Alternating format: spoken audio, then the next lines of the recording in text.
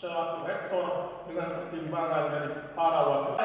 Satu penanggung jawab rektor atau Karmani terdakwa telah dan membuktikan dirinya di dunia pendidikan dalam waktu yang tidak sebentar, maka jasa-jasanya tersebut haruslah diberi. Dalam sidang pembacaan putusan perkara suap penerimaan mahasiswa baru atau maba Unila tahun 2022 yang berlangsung di Pengadilan Tipikor Tanjung Karang, Bandar Lampung, Lampung, Majelis Hakim memvonis mantan Rektor Unila Karomani 10 tahun penjara dan denda 400 juta subsidiar 2 bulan penjara. Majelis Hakim dipimpin Lingga Setiawan dan 2 hakim anggota Arya Veronica dan Edi Purbanus menyatakan terdakwa Karomani terbukti secara sah dan meyakinkan bersalah melakukan tindak pidana korupsi sebagaimana tuntutan Jaksa Penuntut Umum (KPK). Majelis Hakim juga menjatuhkan hukuman tambahan kepada Karomani untuk membayar uang pengganti sebesar 8 miliar 75 juta.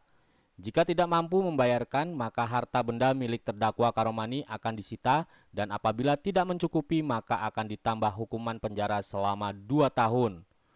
Terdakwa Karomani terbukti secara sah dan meyakinkan menurut hukum melakukan tindak pidana korupsi secara bersama-sama sebagaimana diatur dan diancam pidana dalam pasal 12 huruf B junto pasal 18 Undang-Undang RI nomor 31 tahun 1999 tentang pemberantasan tindak pidana korupsi pada dakwaan ke-1 pertama. Karomani juga dinyatakan melanggar pasal 12 B ayat 1 junto pasal 18 Undang-Undang nomor 31 tahun 1999 tentang pemberantasan tindak pidana korupsi pada dakwaan kedua.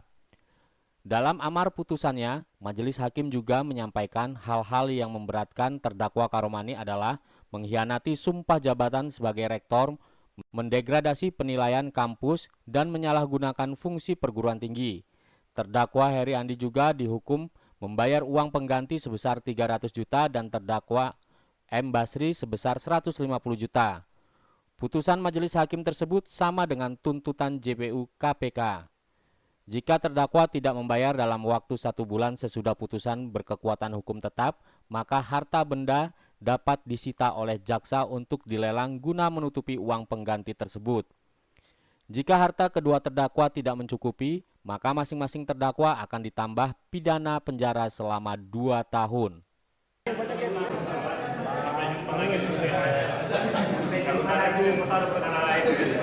Mati, berdoain.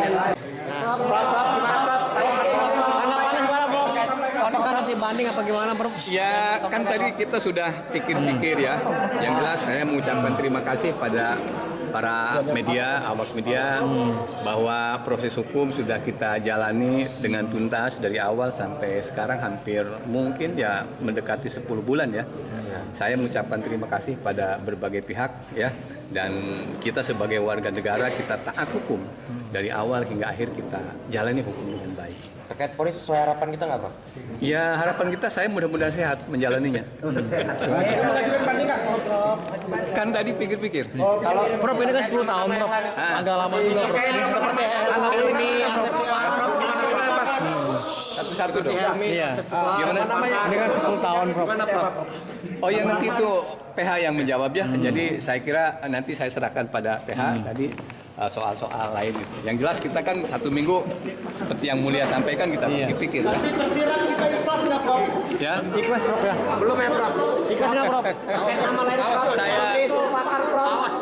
adik-adik media saya serahkan pada Allah Subhanahu wa taala ya. Masya Allah. Ya, saya serahkan. Saya sudah berserah diri, bertawakal dan saya nanti pada saatnya akan saya undang kalian untuk membedah buku saya memoir dan Masya Allah. Masya Allah. ya. Takbir. Saya menulis buku dan buku itu udah hampir 300 halaman. Nanti saya akan undang media, undang para petinggi negara untuk berdiskusi membedah buku itu. Prof, tapi nggak ada dendam sama media, Bro, ya? Terkait nama Enggak. Saya orang media. terkait nama Helmi Awal Ya, kita serahkan ke KPK lah ya. Jadi proses hukum berikutnya saya kira proses persidangan ini hari ini mencapai puncak untuk di tingkat pertama tadi sudah putusan sudah disampaikan oleh Majelis Hakim. Pertama-tama kami juga menghormati apapun putusan dari Majelis Hakim yang memeriksa perkara. Apapun itu putusannya, tentunya kami akan taat dan akan menghormati.